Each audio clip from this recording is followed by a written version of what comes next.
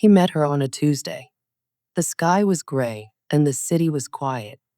He was walking home from work, holding a bag of groceries when she asked him for directions.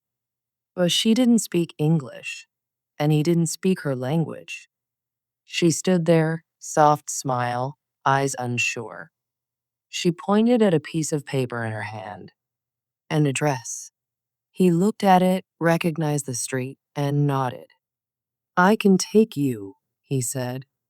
She didn't understand, but she saw the kindness in his eyes, and she followed. They walked together in silence.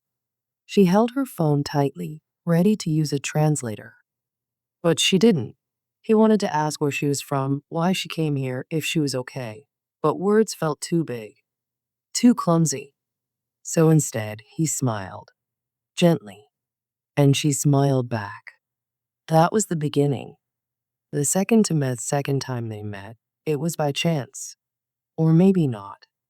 She was at the same bus stop he passed every morning. She waved. So did he. Still no words, only glances, small nods. Eyes that said, I remember you. They met, it was by chance. Or maybe not. She was at the same bus stop he passed every morning.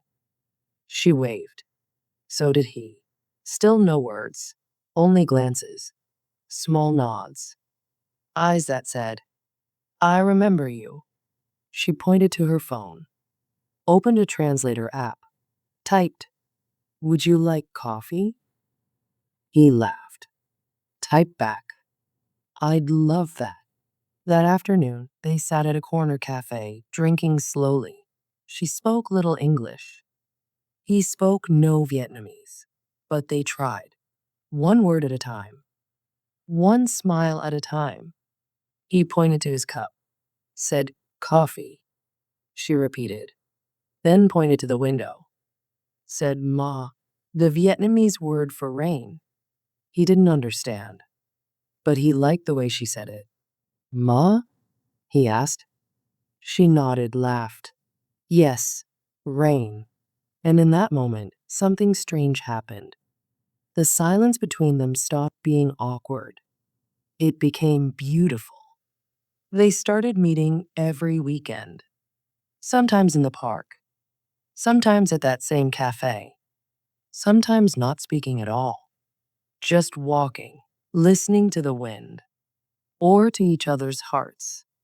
Weeks passed. Her English got better. His Vietnamese? Not much. But he tried.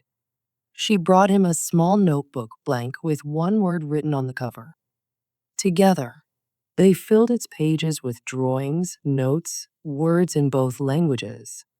His, You make me happy. Hers, I'm Eneon. I miss you. One page was just a picture. Two hands reaching across a river. No words, but none were needed. Then came the day she had to leave. Her visa was expiring. Her work back home was calling. Her life, her family, her country waiting. He stood at the airport, holding her hand. Her eyes were wet. His throat was dry. She held a notebook between them. Keep it, she said. I'll read it when I come back. He opened it. On the last page, her words. Language is not always spoken. The heart listens anyway. They didn't say goodbye. Only, see you. Because love, when true, doesn't need perfect grammar. Just truth. And someone willing to listen. At Tailcrafter English, we believe language is more than just communication. It's connection. It's courage. It's one of the few things that can turn a stranger into family, a word into a memory, a meeting into a love story. This story, the language of the heart, is simple, yes. But behind its simplicity is a deep truth. Sometimes, even without perfect words, you can still be understood. Deeply. Too often, language learners feel ashamed. I can't speak well.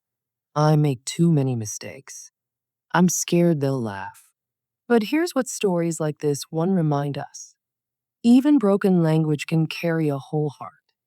When you learn English, you're not just learning how to talk, you're learning how to connect, to listen, to build bridges between yourself and a world of people who don't speak your native tongue, but who might one day love you, hire you, teach you, or walk beside you. That's why learning a language isn't just an academic goal, it's an emotional revolution. It's a passport of the soul. Love and language, when combined, can break borders stronger than walls, rules, or accents. So if you're reading this, wondering if your English is good enough to matter, let me tell you, if your heart is in it, if your effort is honest, if you speak with kindness, then yes, your English matters. Not because it's perfect, but because it's real. And in a world full of noise, real always wins. So speak, try, stumble forward, because someone out there is waiting not for your grammar, but for your story. And one day, they'll hear your imperfect sentence, smile, and reply, I understand you. That's the language of the heart, and it speaks louder than anything else.